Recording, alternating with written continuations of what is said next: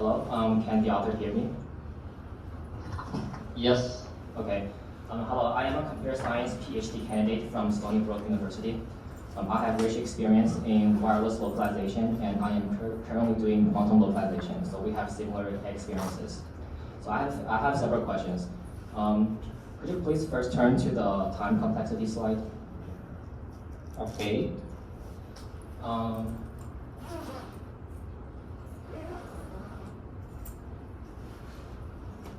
I mean, in the evaluation one. Okay. Okay, so the time complexity in big O is one thing, but the real runtime is another thing, measured in seconds. Could you please give us a little data or insights on how long did it actually run on the machine?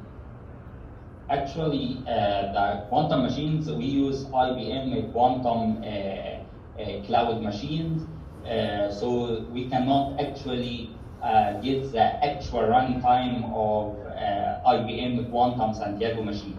So we used complexity theory to get the order or the bound on the complexity of the running time and the space complexity.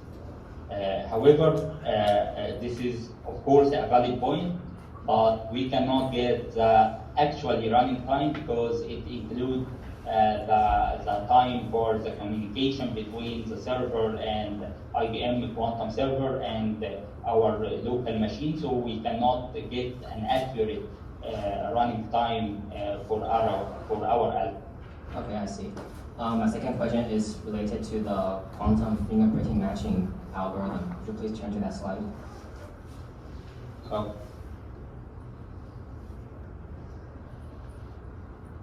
So I see you are using a control swap gate, and to my knowledge, this gate is not an oftenly used gate. So could you please give me some insight? How did you come up with this idea to using a control swap gate, and what is the intuition behind it? Okay, using control swap gate, we, as we just said, that this circuit is known as control swap or swap test circuit. The swap test circuit calculates the fidelity or the similarity between different qubits, and it is often used for this purpose, to get the similarity between the different quantum particles.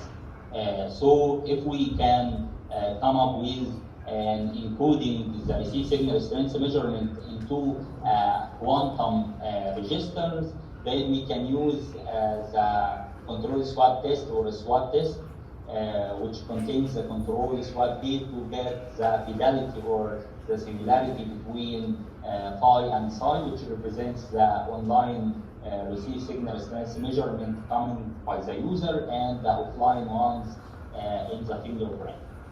Okay, so I'm curious, is there a possibility to replace these gates with some parameters quantum circuit, like quantum machine learning? Would that lead to an increase in accuracy? Have you thought about that? Thank you. I don't think it will increase the accuracy.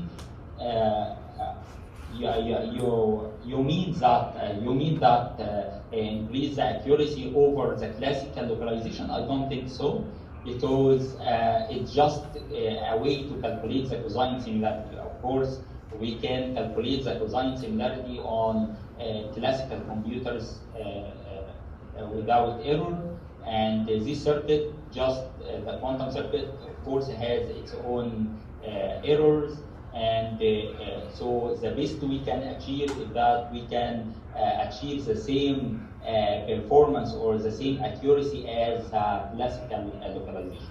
So the answer is that if we use quantum machine learning to get our localization accuracy, we need to compare it with the classical circuit or the classical algorithm that is counterpart for the quantum algorithm we use. Okay, I see. So I have another interesting thing. So I see that you're still using classical wireless sensors to gather receive signal strength to data. So have you ever thought about using quantum sensing? I mean, you're using a real quantum sensor to gather some quantum data, and then you directly apply some gates or circuits on the quantum data and do some localization based on that. Do you have some thoughts on that? Actually, what we would try is that we use wireless devices like access points in the environment, receive signal strengths if we're coming from access points or coming from cell towers, and so on. Actually, we didn't try other devices. This is a limited experience for just for localization, but of course, this could be worked on different wireless devices or different devices in general, which has the receive signal strength. You know, our quantum algorithm just use receive signal strength, whatever where it comes from. So just we include the receive signal strength, which presents the basic idea behind our quantum algorithm. Okay, so basically you haven't tried the real quantum sensors and getting quantum data. No. I see. No, Okay. but I think it would be an interesting idea nowadays. Okay, thank you. Any other Thank you. questions? Go ahead.